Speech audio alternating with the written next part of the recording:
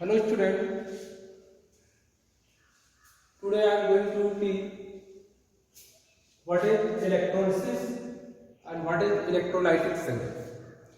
Electrolysis क्या होता है एंड इलेक्ट्रोलाइटिक सेल क्या होता है, इसके बारे में हम लोग पढ़ेंगे। पहले जो होता है मतलब पीछे हमने देखा गैल्वानिक सेल क्या होता है, गैल्वानिक सेल या वोल्टेइक सेल क्या होता है, फिर उसके बारे में हमने डिटेल वहाँ पे पढ़ा और उसमें करीब जो है 8-9 लेक्चर हुए और कुछ हमने उस पर प्रॉब्लम भी सॉल्व किया। आज वहाँ पे गैल्वानिक सेल में हमने क्या देखा था कि वो जो है केमिकल एनर्जी, वहाँ पे केमिकल एनर्जी जो है इलेक्ट्रिकल एनर्जी में चेंज हो रही है, यानी गैल्वानिक सेल में केमिकल एनर्जी इलेक्ट्रिकल एनर्जी में चेंज होती है। आज यहाँ हम पढ़ने जा रहे हैं इलेक्ट्रोलाइटिक सेल, या जिसको हम इलेक्ट्रोलिसिस जो है इसका इस पूरे प्रोसेस का नाम है। तो हम यहाँ पे हम एक तरह से इलेक्ट्रोलाइटिक सेल के बारे में पढ़ने जा रहे हैं कि इलेक्ट्रोलाइटिक सेल क्या होता है। तो देखो गैल्वानिक सेल में क्या था कि केमिकल एनर्जी को इलेक्ट्रिकल एनर्जी में चेंज करते हैं, लेकिन यहाँ पे क्या होगा कि इलेक्ट्रिकल एनर्जी जो है केमिकल एनर्जी में चेंज होगी है। तो इसके सबसे सिंपल सा प्रोसेस यही है कि ये इलेक्ट्रोलाइटिक सेल होता है इस तरह से, है ना। इलेक्ट्रोलाइटिक सेल इस तरह से होता है, ये सेटअप होता है, इसमें ये एनोड होता है, दूसरा क्या होता है कैथोड होता है, और इसमें एक जो है इन दोनों को एनोड और कैथोड को एक बैटरी से ज्वाइन करते हैं, एनोड और कैथोड को बैटरी से ज्वाइन करते हैं। और फिर इस इलेक्ट्रोलाइटिक सेल में कोई सोल्यूशन होता है, किसी इलेक्ट्रोलाइट कोई भी इलेक्ट्रोलाइट का यहाँ सोल्यूशन होता है, और वो इलेक्ट्रोलाइट क्या होता है ज़्यादातर क्या होता है आयनिक कंपाउंड होता है, जैसे NaCl हो गया, HCl हो गया। तो कोई भी जो आयनिक कंपाउंड है वही क्या होता है इलेक्ट्रोलाइट होता है। तो आयनिक कंपाउंड यहाँ पे जो इसका सोल्यूशन होता है, यानी आयनिक कंपाउंड का यहाँ पे सोल्यूशन लेते हैं और वही आयनिक कंपाउंड का सोल्यूशन जो है इलेक्ट्रोलाइट कहलाता है। इस पूरे प्रोसेस में यहाँ हम देखेंगे इसमें क्या होता है कि यहाँ से जैसे ही हम यहाँ से इस सिस्टम को ऑन करते हैं, सिस्टम को ऑन करते हैं, तो सिस्टम को जैसे ही ऑन करते हैं तो यहाँ से इलेक्ट्रिक करंट प्रोवाइड होता है, मतलब इलेक्ट्रिक करंट पास होती है। और ये जो इलेक्ट्रोलाइट होता है, यहाँ जो जिस इलेक्ट्रोलाइट का सोल्यूशन होता है वो क्या होता है, वो डिकम्पोज हो जाता है, डिकम्पोज हो जाता है, डिकम्पोज इनटू आयन, वो अपने आयनों में क्या हो जाता है डिकम्पोज हो जाता है। और इसको इसी प्रोसेस को क्या कहते हैं इलेक्ट्रोलाइसिस, इलेक्ट्रोलाइसिस यानी the process of chemical decomposition, the process of chemical decomposition of an electrolyte by passage of electric current through its solution is called electrolysis, is called electrolysis, is called electrolysis। तो यानी कि electric current जो होता है the process of chemical decomposition, किसी chemical compound का यानी ionic compound का जो डिकम्पोजिशन होता है by process by passage of electric current, मतलब इलेक्ट्रिक करंट के पास होने से जो केमिकल कंपाउंड यानी इलेक्ट्रोलाइट का जो डिकम्पोजिशन होता है वही प्रोसेस क्या कहलाता है इलेक्ट्रोलिसिस, इलेक्ट्रोलिसिस। और क्या इसको कहते हैं हम, देखो इसको इस तरह से समझ सकते हो कि इलेक्ट्रोलिसिस क्या होता है chemical change oxidation and reduction, chemical change मतलब क्या होगा, वहां पे ऑक्सीडेशन भी हो सकता है और रिडक्शन होता है। अकरिंग एट इलेक्ट्रोड, मतलब दोनों इलेक्ट्रोड पे, यहाँ पे एक पे क्या होगा ऑक्सीडेशन होगा, दूसरे पे क्या होगा रिडक्शन होगा। When electric current is pass through electrolytic solution is called electrolysis, है ना। इस पूरे प्रोसेस को हम लोग कैसे समझेंगे, कोई एग्जांपल लेंगे और उसको हम अच्छी तरह से यहाँ से समझेंगे कैसे क्या इलेक्ट्रोलाइसिस होता है और क्या जो है इलेक्ट्रोलाइटिक सेल क्या होता है, इलेक्ट्रोलाइसिस क्या होता है। तो यहाँ पे जैसे यहाँ पे देखो एक हम इलेक्ट्रोलाइटिक सेल बनाए हुए हैं यहाँ पे।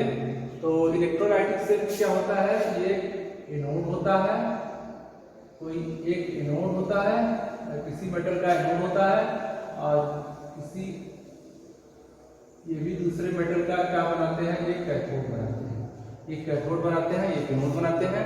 कैथोड और एनोड को हम बैटरी से ज्वाइन कर देते हैं, कैथोड और एनोड को बैटरी से ज्वाइन करते हैं।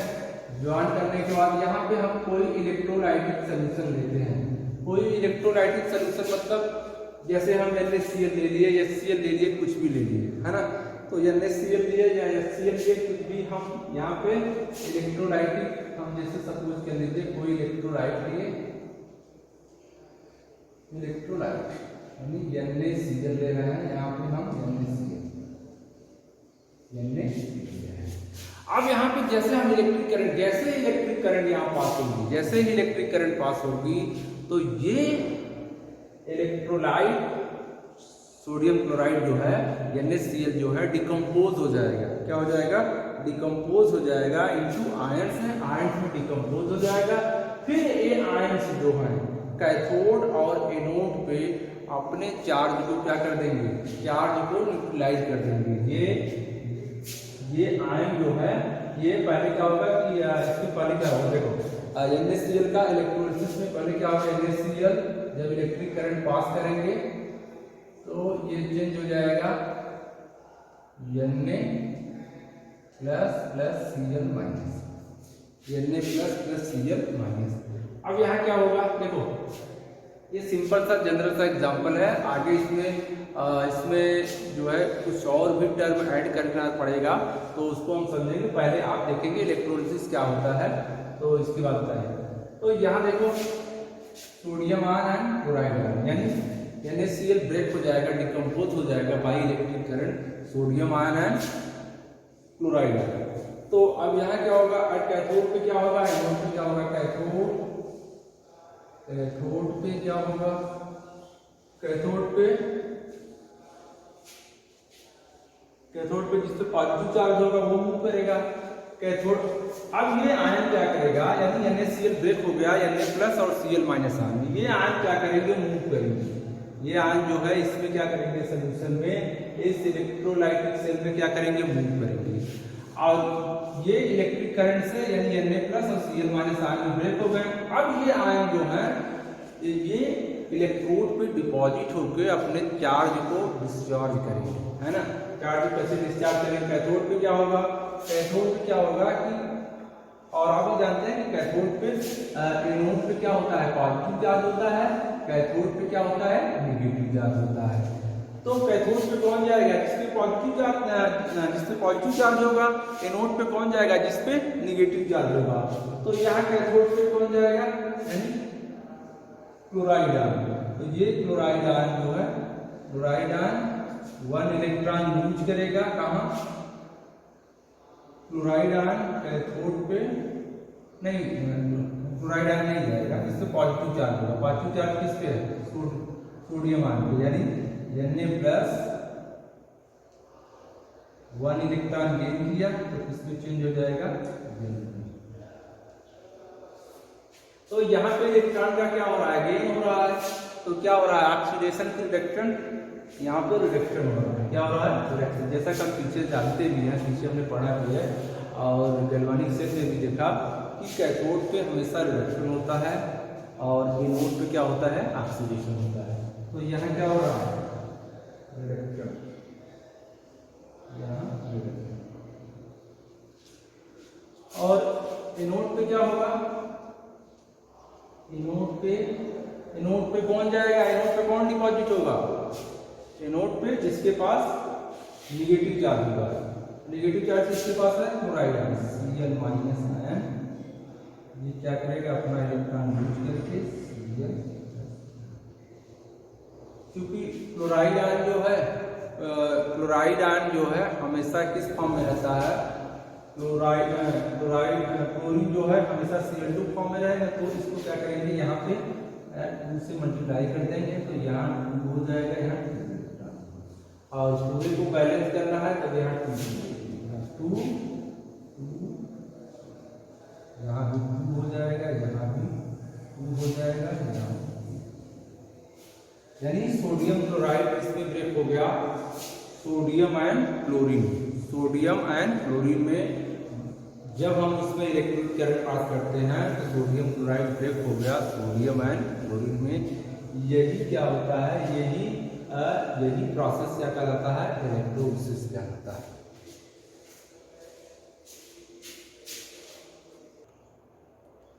इसी तरह से दूसरा एग्जाम्पल एक लें, जैसे हाइड्रोक्लोरिक, हम कोई दूसरा इलेक्ट्रोलाइट लें और हाइड्रोक्लोरिक कर लें, तो हाइड्रोक्लोरिक का सोल्यूशन लें, तो इसमें हम कैसे यहाँ पे दिखा सकते हैं कि क्या कैथोड पे जो है, यानी कैथोड पे डिपॉजिट क्या होगा, एनोड पे डिपॉजिट क्या होगा, यानी हाइड्रोक्लोरिक एसिड का सोल्यूशन लें और ये क्या हो जाएगा, H प्लस Cl माइनस में एसोसिएट हो जाएगा। फिर कैथोड पे कौन डिपॉजिट होगा, कैथोड पे कौन सा आयन डिस्चार्ज होगा, कैथोड पे हो जाएगा जिसपे पॉजिटिव चार्ज होगा, यानी हाइड्रोजन आयन क्या करेगा, 1 इलेक्ट्रॉन गेन करेगा कैथोड से और ये H2। तो यहाँ पे हम जब भी हाइड्रोजन H2 फॉर्म करता है तो यहाँ 2 होगा, ये 2 हो जाएगा, ये 2 है ना। तो इसी तरह से यहाँ कर दो आपको समझने के लिए, है ना, ये बहुत जरूरी है लेकिन आपको समझने के लिए इस तरह से बता रहे हैं। और एनोड पे क्या होगा, एनोड पे कौन सा आयन मूव करेगा, तो एनोड पे इस पे क्या होगा, इस पे नेगेटिव चार्ज होगा, यानी क्लोराइड आयन क्या करेगा, 2 इलेक्ट्रॉन लूज करेगा, यानी Cl2 + 2। और ये कैथोड पे क्या हो रहा है, यहाँ पे रिडक्शन हो रहा है, यहाँ पे रिडक्शन हो रहा है और यहाँ पे ऑक्सीडेशन हो रहा है,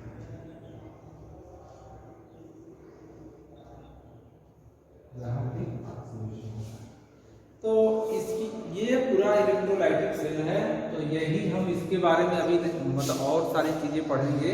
तो ये थोड़ा इंट्रोडक्शन था कि इलेक्ट्रोलाइटिक सेल के बारे में, और इलेक्ट्रोलाइटिक सेल होता क्या है और इलेक्ट्रोलाइट क्या होता है। तो इसमें आपको 2 बातें याद रखनी है, इलेक्ट्रोलाइट क्या होता है, इलेक्ट्रोलाइटिक सेल क्या होता है और इलेक्ट्रोलिसिस क्या होता है। तो यहाँ 3 वर्ड यूज हुए हैं, electrolyte, electrolytic cell and electrolysis. तो मतलब इलेक्ट्रोलाइट क्या होता है, जो आयनिक कंपाउंड होता है वही इलेक्ट्रोलाइट होता है। इलेक्ट्रोलिटिक क्या होता है, ये सेल होता है जिसमें पूरा प्रोसेस कंप्लीट होता है, वही क्या होता है, इलेक्ट्रोलाइटिक सेल। और इस पूरे प्रोसेस को क्या कहते हैं, इलेक्ट्रोलिसिस। यानी कि 3 वर्ड यूज किए हैं, electrolysis, electrolytic and electrolytic cell. तो नेक्स्ट क्लास में नेक्स्ट टाइम हम इसमें देखेंगे कुछ और आयनाइजेशन, कुछ और जो है बहुत सारे इलेक्ट्रोलाइट लेंगे और उनका अलग अलग कैसे आयनाइजेशन होता है, और उसी में हम पढ़ेंगे, ये भी देखेंगे कि जब एक या एक से अधिक आयन रहेंगे, और कभी कभी यहाँ पे जो सोल्यूशन बनेगा उसमें एक या एक से अधिक आयन रहेंगे। यहाँ पे जैसे 2 आयन है तो यहाँ पे 1 प्लस ये माइनस है, तो अगर ऐसा होगा कि 2 प्लस हो 2 माइनस हो, 2 यहाँ पे इस सोल्यूशन में 2 आयन, 2 कैटायन हो 2 एनायन हो, तब कौन कैथोड पे डिपॉजिट होगा, कौन एनोड पे डिपॉजिट होगा, जिसे हम आगे पढ़ेंगे प्रेफरेंशियल डिस्चार्ज थ्योरी। तो प्रेफरेंशियल डिस्चार्ज थ्योरी से ये देखेंगे कि अगर 2 कैटायन है 2 एनायन है तो कौन सा कैटायन जो है यानी कैथोड वाले इलेक्ट्रोड पे डिपॉजिट होगा, और कौन सा एनायन जो है एनोड वाले इलेक्ट्रोड पे डिपॉजिट होगा, जिसको हम प्रेफरेंशियल डिस्चार्ज थ्योरी से पढ़ेंगे। तो इसको हम नेक्स्ट टाइम करेंगे। Thank you.